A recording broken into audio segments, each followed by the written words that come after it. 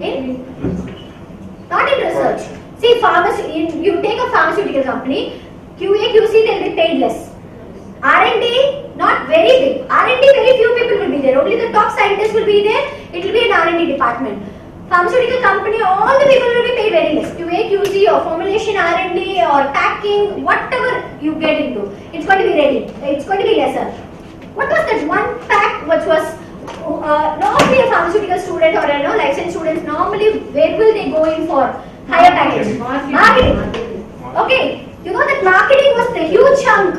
Pharmaceutical companies will pour money on pharmaceutical marketing because what the rep is representing, what the drug the doctor is writing, that is equivalent to the billing of the market. So that is what is going to boost up the entire profit range of the pharmaceutical companies. So when such is the case, where will they spend the money? It will be into pharmaceutical marketing. Pharmaceutical marketing, what will you do if you bring in a new drug and that particular drug is going and getting marketed?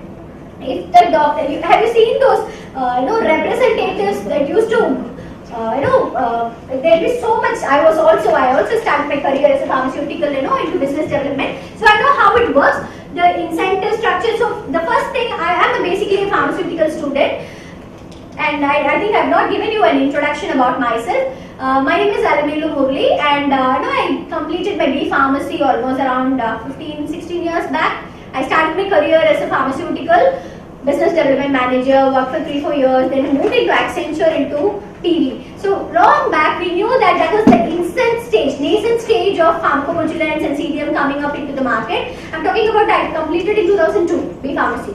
And then I moved into MBA HR. I was into both the process of Accenture as well as into PV, into the HR recruitment, and I found that every day walk-ins will happen in Accenture, if you are aware of. My maximum, even now, weekly 3 days walk-ins will be going on for pharmaceutical students and also for licensed students. The number of selections will be very less because people are not being trained. And there used to be, if at all people are being trained in clinical research, there was only one option, MSc clinical research, which will again take another 2 years. People will not be willing to invest for another 2 years into MSc clinical research.